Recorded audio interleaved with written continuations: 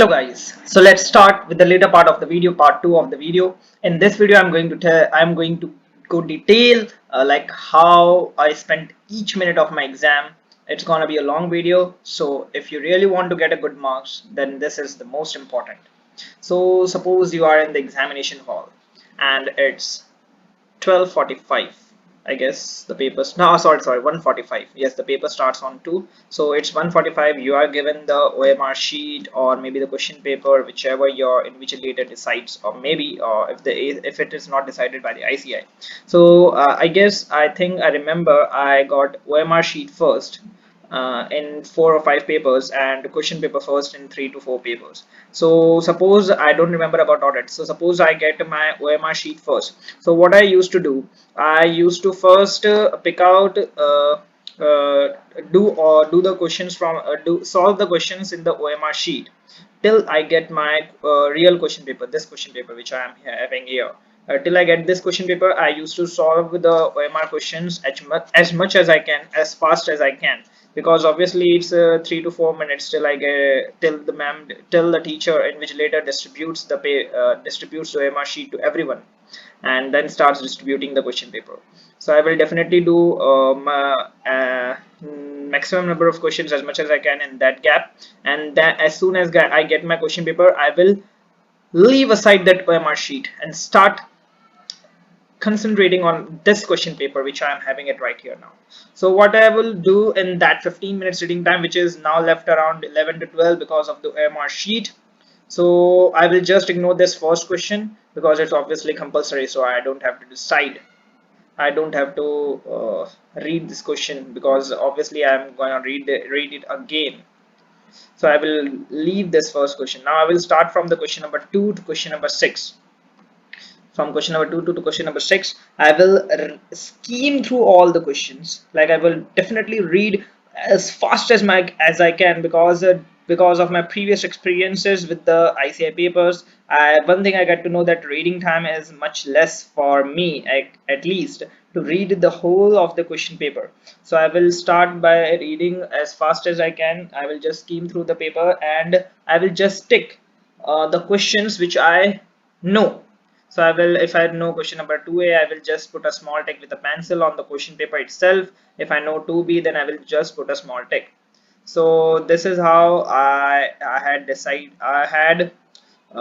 spent my 15 minutes time, and in that time I will decide which question I should leave. So in this paper, the question which I left was, I guess, question number 6. Why?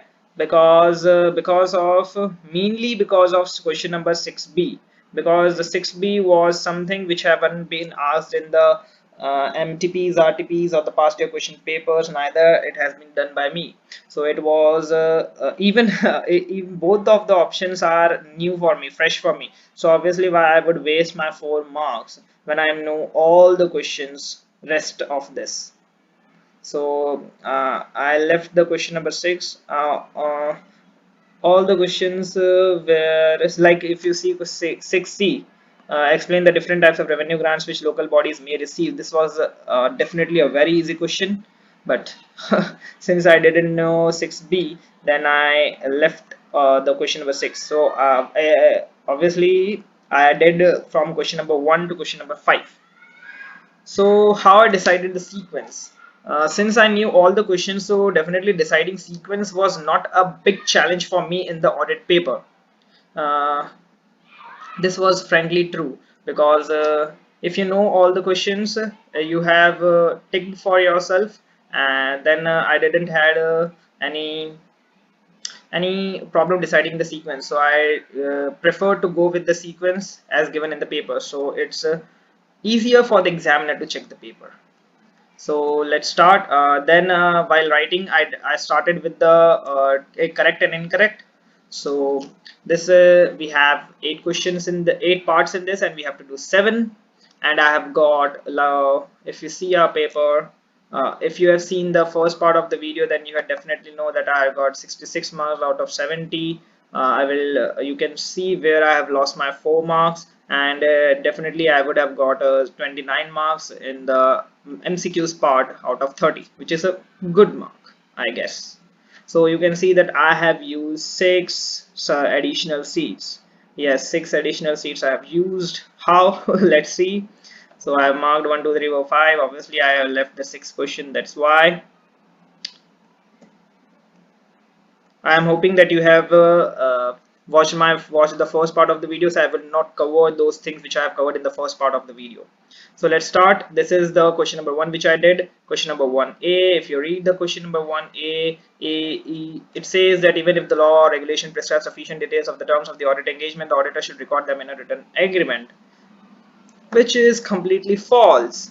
So I didn't write true or false. It was correct or incorrect. If you can uh, read the question, it was following statements are correct or incorrect. So first of all, write false, then I remember it correct or incorrect, then I had written incorrect. Then I have given the reasons.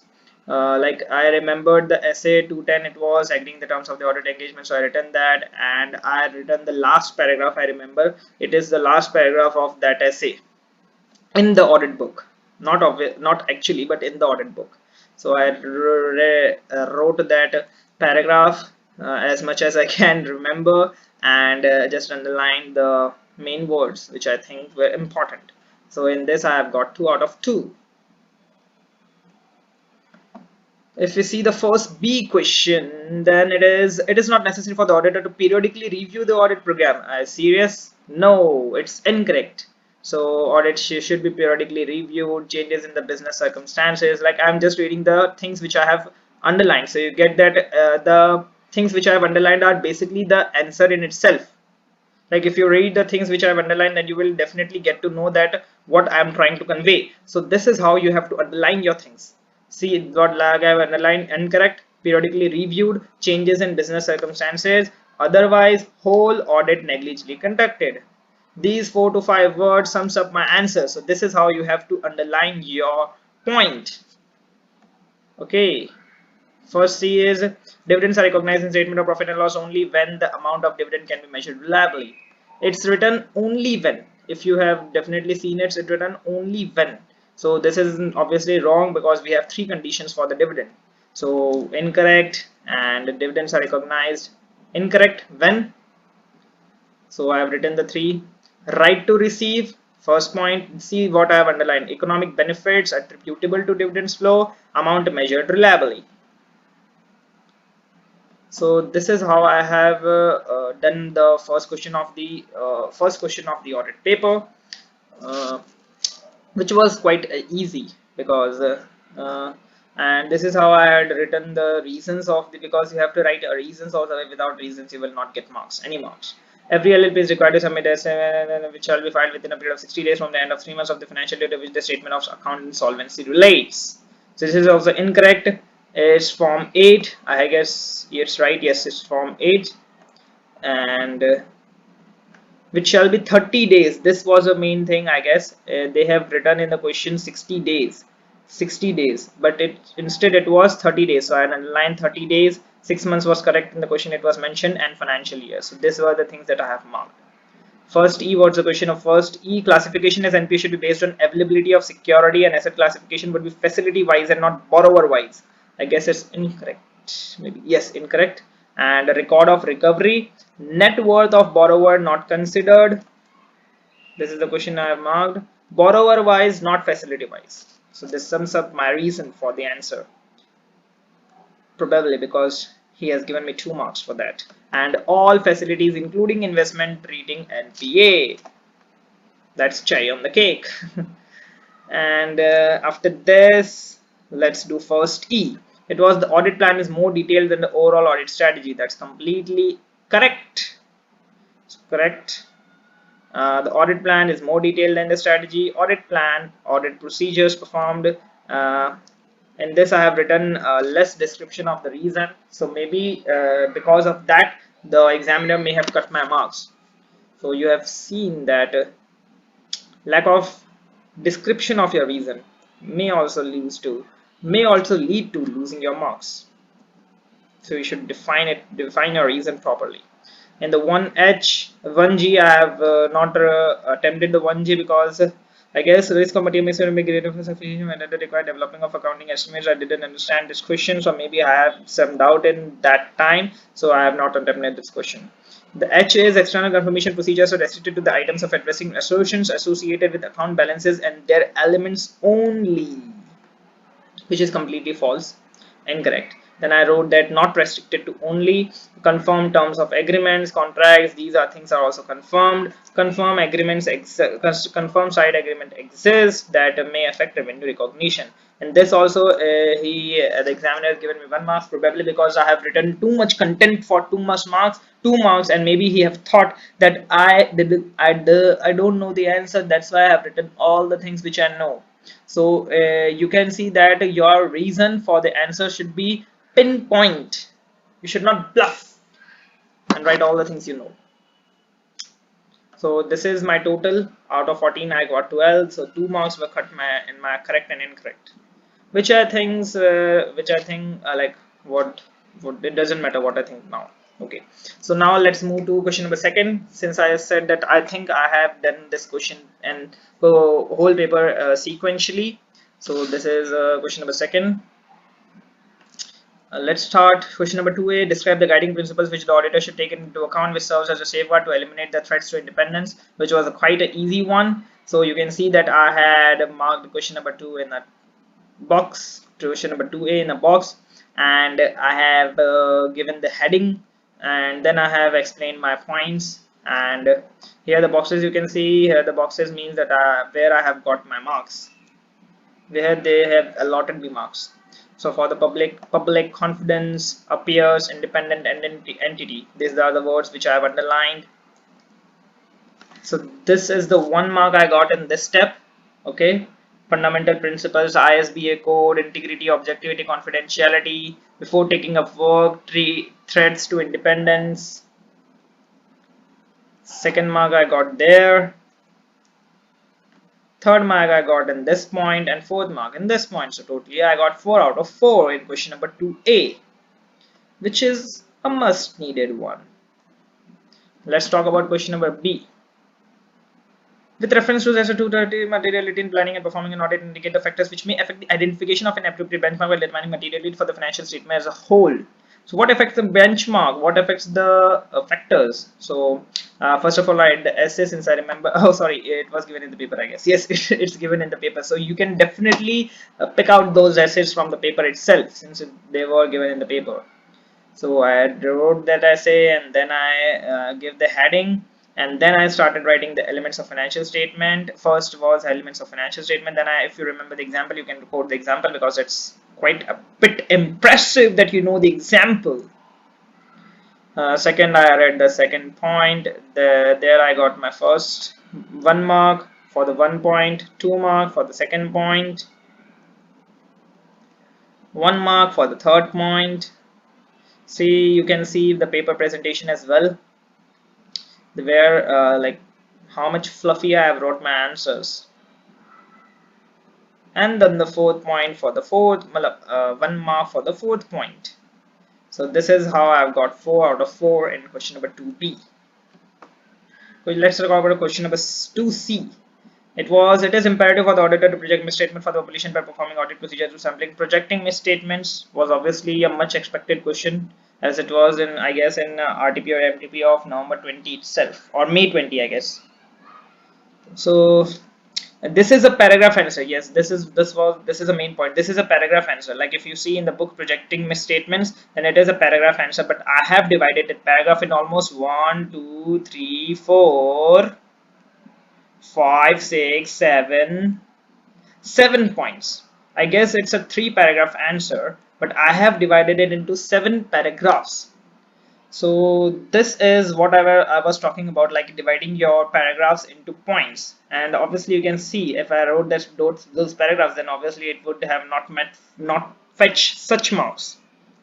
So write your paragraphs in point. After every sentence I have left 2-line gap and then written my next point. So you had to do that. I got my first mark here, maybe for the 2-3 points which I wrote here. Second mark here for this point. Third mark here for this point in case of test of details, and 4th mark here for this point. Another question number 2d. With respect to the essay 520 analytical procedure, explain the following factors to be considered by audit by suspending procedures. Like this was also an expected, like this is also the question which I did. So we have three types of factors which we have to explain. It's 2D, so I cannot put more points here. So what I did is I first of all I read the heading, I wrote the heading, then I put the heading account type, then I wrote everything I knew about that, and then I made my own example, or maybe I remember it from the book. So I write for example after leaving two gaps, so to make the examiner understand that I am quoting an example, also to give an edge to my mark, to my answer.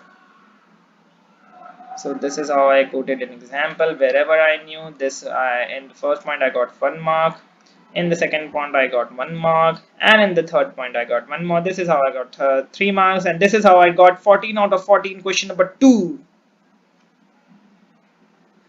I'm getting a bit aggressive. So this is I'm not going to make it boring for you. So this is how all I solved my paper. You can definitely go through my paper, you can definitely cross check what I wrote in my paper to the audit book you have, how much accuracy was there. And yes, I will definitely gonna tell you about where they have cut my marks and why, if I can figure out it. So this is the question number 5 which I did after question number 2, maybe because question number 5 was much easier than the question number 3 and 4. Let's see. As an auditor of PQR Limited, you came across a misstatement resulting from fraud or affected for reading to question your ability to continue performing. Explain the process of action available to you, which was very easy. I guess it was 3 points answer, and they have asked in 4 points. So when as a result of misstatement, the auditor shall determine the professional efficiency. This is the professional and legal requirements. This is where I got for 1 mark. Then consider whether the auditor should withdraw. This is where I got 1 mark. Also the auditor, yes, in the third point there are 2 points. So that's why they have given me 4 marks. Okay. So this is how they allot marks. 1.1 mark, that's all. That's much, that's enough actually. So it's 1 point for 1 mark. You have to write. So it's 4 mark question, then you have to write 4 points answer, as simple as that. Or you can make many points as you want.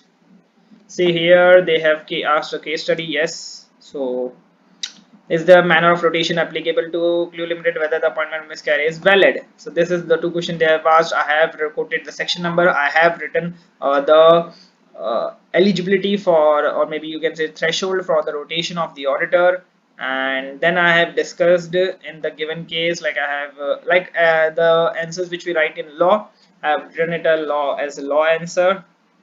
Therefore, the rotation of auditor will be applicable since it borrowings are more than 50. So I have marked all the main things. Uh, then for second part, I have quoted another provision, and then I have discussed the case in the given case, and then I had actually given the conclusion, and there I got 3 marks, which was a 4 mark. I have got 3 marks, but I don't know why. Maybe I written that much because maybe I don't know why I got 3 marks here. We'll have to cross-examine the examiner. But that's not legal in ICI, you know. How would an auditor determine key audit matters? This was an what do we say, that unexpected question, because it was asked nowhere, but fortunately I did it. So this, I was very happy to see this question because it was an unexpected one, and many of the students might not have done it. So this is where I got my first mark. This is the end of the original sheet which is given by the ICI. Now the additional sheets start. I guess this is the end. Yes, this was the end. This sheet there. 1 mark, 1 mark, 1 mark. 3 marks over. So 3 marks over. This is additional 1. Now talking about power and rights, I guess the last question of last part of question number 5 in the our situation, discuss the rights available by C and D in terms of companies S. So we have told to discuss the rights. So I have given the headings power rights of the auditor. I have quoted the section number, and then I have discussed the right. The auditor shall have a right at all times. See, you can see I have divided 1 point into small phases. Like you can see, I have denoted all the phases like in an arrow. To differentiate those phases, the auditor shall have right, comma, at all times, comma, to inspect the books of accounts and vouchers of the entity, comma, maintained at the register office or at any other place. Register office and any other place, I have underlined that, so maybe because it's the demand of the question. So you can see how I have presented my paper. I have written this answer in points and got 2 marks out of 3, maybe because I have written too much. As you can see, it happens, it happens, it happens. And then since it was a new question, so I had to start with new page. I took an additional sheet for the question number 3. Let's start with the question number 3. What's the question number 3? I guess it's the auditor shall obtain understanding of the major activity that so we have to do discuss monitoring of control, which I did obviously very well. So this is how 1 mark here for the 1 point, 2 mark here, second mark for the second point, third mark for the third point, 4 mark for the fourth point, and 4 mark over, 4 mark, 4 point. That's as simple as that. But I guess I've written 5 marks, 5 points in it, but it doesn't matter. I've got 4 out of 4. I cannot ask 5 out of 4. So this is third B. What is third B? Well, it is with like data analytics or the technique in order to obtain good results. So basically, you have to sell advantages of data analytics. So I say, first of all, I wrote the same line which is given in the question paper, and then I started with the data analytics, like how it can help the auditor. Like see how much gap I have left between every point, and I have underlined the main keywords in that point: completeness, data, recomputation of balances, and for every point I have got 1 mark. So you can actually check out the ICI paper pattern, ICI suggested answer marking pattern, whatever you want to say it, like where the ICI actually gives marks. Talk about third C, then it's what factors are to consider while they're making control risk assessments. And definitely, and fortunately I knew it answer. So this is 1 mark for the first point. Just see the paper presentation. The main thing is paper presentation and how I solved the paper. I have written all the points. The second point, it's C, you can see, yes, most important. The first point, he starts from here. Like in book, you will see it's all the paragraph like which I had divided into points, but it's all one paragraph, which is just a single point. In single point, I have made it to 1, 2, 3, 4, 5, 6. So I have made a single point into 6 points. Like I've made a single paragraph into 6 points, and then even I've got a 1 mark only. That's obvious because it's 3 points in the book, so I will get 3 marks for the 3 points. So 1 mark for this, 1 mark for this, and 3 marks overall. Analyze how risk in IT system, or if not mitigated, could have an impact on the audit. So I have to definitely analyze how IIT impact the audit. Oh, that's a 4 point as well, but obviously it's of 3 marks, so we have to write 3 points only. But since I had time, I wrote as many points as I knew. So firstly for the first point, secondly for the second marks, lastly for the third mark, and that's how I got 3 mark, and that's how I got 14 out of 14 in question number 3. Now that's the last question in the audit, and I guess I don't have to tell much about it. You can definitely go through the paper and this paper as well. Yes, this is something about statutory auditor, and 4 out of 4. Obviously I have got a full out of full in this question also. So let's put an end to this. 14 out of 14, question number 4 as well, and this is a result overview of where my marks have been cut to 2 marks here in the true and false, and 2 marks here in the question number 5 for maybe writing too much and then correct or incorrect also for writing too much. So this is an overview of how my audit paper looked like, and I just want to say a few things to you. Just keep your speed as much as you can, as much fast as you can, because for me audit paper was not lengthy actually, but I guess I had completed it 15 to 20 minutes before. Uh, but since I am lazy, so I didn't had time to uh, make a take pencil and scale and correct or maybe draw a line after every question, because we are not kids now I guess. So I wasn't supposed to do that also.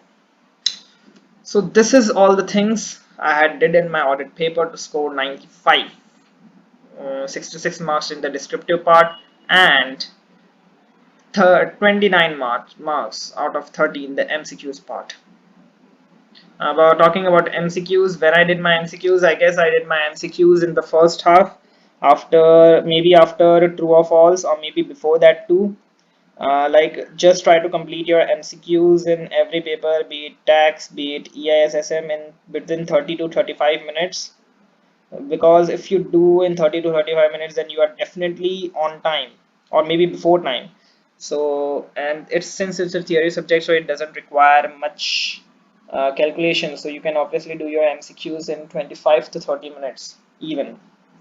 So I did my MCQs in 30 to 35, and then I solved my correct incorrect in 30 to 35, so 1 hour, and I have got my 44 marks, and that's more than enough for at least passing.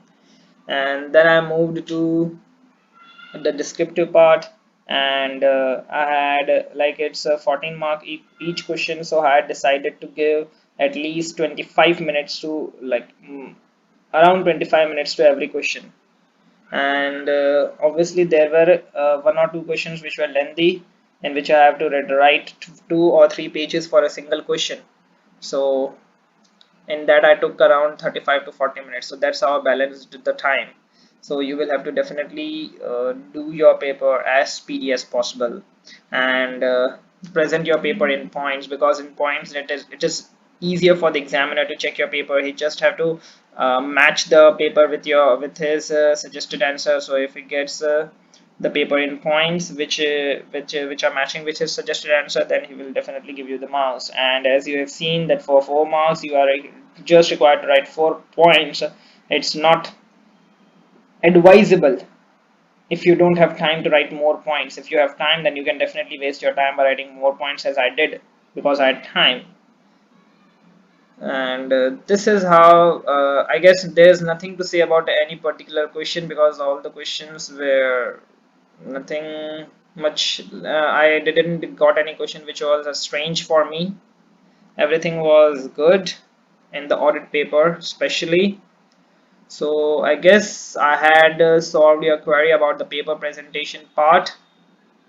Just I want to remind you one thing, that for the correct incorrect, you should write correct incorrect and not true or false. If you have attempted a audit paper before and you did this mistake, it just for an impression purpose.